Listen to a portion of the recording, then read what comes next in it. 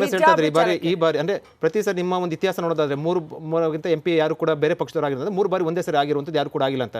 ಈ ಬಾರಿ ಆ ಭಾಗದಲ್ಲಿ ಕಾಂಗ್ರೆಸ್ ಸಂಸದರಾಗ್ತಾರೆ, ನಳಿನ್ ಕುಮಾರ್ ಕಟೀಲ್ ಸೋಲ್ತಾರೆ ಅಂತ ಹೇಳ್ತಾ ಇರುವಂಥದ್ದು. ಕಾಂಗ್ರೆಸ್ ಸಂಸದರಲ್ಲಿ ಆಗ್ಲಿಕ್ಕೆ ಸಾಧ್ಯನೇ ಇಲ್ಲ ನಮ್ಮಲ್ಲಿ, ಗೆಲ್ಲುವುದಿಲ್ಲ 100%. ಕಾಂಗ್ರೆಸ್ ನಾವು ಅಷ್ಟು ಕೆಲಸ ಮಾಡಿದ್ದೇವೆ, ಎಲ್ಲ MLAಗಳು ಕೆಲಸ ಮಾಡಿದೆ, ಭಾರತೀಯ ಜನತಾ ಪಾರ್ಟಿ ಕೆಲಸ ಮಾಡಿದೆ, ಎಲ್ಲದಕ್ಕಿಂತ ಜಾಸ್ತಿಯಾಗಿ ಮೋದಿಯನ್ನ ಮತ್ತೊಮ್ಮೆ ಪ್ರಧಾನಿಯಾಗಿ ನೋಡ್ಬೇಕನ್ನುವಂಥ ಮನಸ್ಥಿತಿ ಪ್ರತಿಯೊಬ್ಬ ಸಾರ್ವಜನಿಕ. ಕೇವಲ ಮೋದಿ ಮುಖದಲ್ಲಿ ಮಾತ್ರ ನೀವು ಏನು ಓಟ್ ಕೇಳುತ್ತದು MP ಚುನಾವಣೆಯಲ್ಲಿ, ಮತ್ತೆ ರಾಹುಲ್ ಗಾಂಧಿ ಮುಖದಲ್ಲಿ ಕೇಳಲಿಕ್ಕೆ ಆಗ್ತದ? ಅಂದ್ರೆ ಕ್ಷೇತ್ರದ ಅಭಿವೃದ್ಧಿ ಸಂಬಂಧಪಟ್ಟಂತೆ ಕೇಳಕ್ ಹೋಗೋದಿಲ್ಲ, ಮತ್ತೆ ರಾಜ್ಯ ಬಿಜೆಪಿ ನಾಯಕರಲ್ಲಿ ಗೊಂದಲ ಇರುವಂತದ್ದು, ಇವ್ಯಾವ ಕೂಡ ಎಫೆಕ್ಟ್ ಆಗೋದಿಲ್ಲ. ನಮಗೆ ಯಾವುದೇ ಎಫೆಕ್ಟ್ ಆಗೋದಿಲ್ಲ. ಯಾಕಂತ ಹೇಳ್ತಾರೆ ಅಭಿವೃದ್ಧಿ ಆಗಿದೆ, ಸಾವಿರಾರು ಕೋಟಿಯಷ್ಟು ಅಭಿವೃದ್ಧಿ ಆಗಿದೆ ಮಂಗಳೂರಲ್ಲಿ. ನೀವು ಅಭಿವೃದ್ಧಿ ವಿಷಯ ಹೇಳಿದ್ರೆ ನಾನು ಪಟ್ಟಿ ಕೊಡ್ತೇನೆ, ನನ್ನ ಹತ್ರ ಇದೆ. MP ಅವರು ಮಾಡಿದ್ದಾರೆ, MLAಗಳು ಸಹ ಕೆಲಸ ಮಾಡಿದ್ದಾರೆ, ಯಾವುದೇ ಸಮಸ್ಯೆ ಇಲ್ಲ.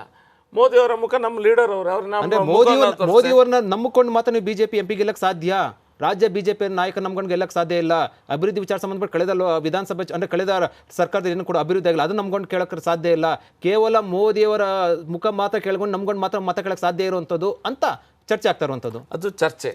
ಮಂಗಳೂರಲ್ಲಿ ನಾವು ಈಗ ಕಾರ್ಪೊರೇಷನ್ ಎಲೆಕ್ಷನ್ ಆದಂಥ ಸಂದರ್ಭದಲ್ಲಿ ನಮ್ಮ ಹತ್ರ ಕೇಳಿದ್ರು ಯಾರಾದರೂ ರಾಜ್ಯ ನಾಯಕರು ಬೇಕಂತ ಅಂತ.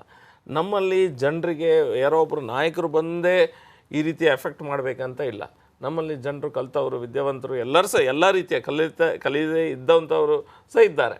ಎಲ್ಲರಿಗೂ ಸಹ ಕ್ಲಿಯರ್ ಅರ್ಥ ಆಗ್ತದೆ. ಮುಂಚಿಂದ ಕೂಡ ಬೇರೆ ಜಿಲ್ಲೆಗಳಲ್ಲಿ ಈ ರೀತಿ ಇರೋದಿಲ್ಲ. ನಿಮ್ಮ ಭಾಗದಲ್ಲಿ ಯಾವಾಗ ನೋಡಿ ಹಿಂದೂ ಮುಸ್ಲಿಂ ವಿಚಾರ ಸಂಬಂಧಪಟ್ಟಂತೆ ಬರುವಂಥದ್ದು, ಧರ್ಮದ ವಿಚಾರ ಬರುವಂಥದ್ದು, ಯಾಕೆ ಇದೇನು ಇದನ್ನು ಹಿಡನ್ ಅಜೆಂಡನೋ ಅಥವಾ ಅದೇ ರೀತಿ ಉಟ್ಕೊಳ್ಳುತ್ತೋ ಏನು ಇದು ಅರ್ಥ ಆಗ್ತಾ ಇಲ್ಲ. ಯಾಕಂತ ಹೇಳಿದ್ರೆ ಅದ್ರ ಹಿಂದೆ ಕೆಲವು ಸ್ಥಾಪಿತ ಹಿತಾಸಕ್ತಿಗಳು ಏನಂತ ಹೇಳ್ತೇವೆ ಅದು ಇದ್ದಾರೆ. ಈಗ ನಮ್ಮ SDP ಅಂತ ಸಂಸ್ಥೆಗಳಿದೆ.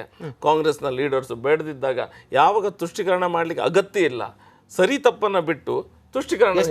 SDP ಹಿಂದೆ ಕೂಡ ಬಿಜೆಪಿ ಇದ್ದಾರೆ ಅಂತ ಹೇಳ್ತಾ ಇರುವಂತದ್ದು, ಅದು ಖಾಲಿ ಹೇಳ್ತಾ ಇರುವಂತದ್ದು. ಚುನಾವಣಾ ಸಂದರ್ಭದಲ್ಲಿ SDP ಬಳಸ್ಕೊಳ್ತಾರೆ ಕಾಂಗ್ರೆಸ್ನ ಒಡೆಯೋದಕ್ಕೆ ಅಂತ ಹೇಳ್ತಾ ಇರುವಂತದ್ದು. ಅದೆಲ್ಲ ಊಹಾಪೋಹೆ ಹೇಳ್ತಾ ಇರುವಂತದ್ದು.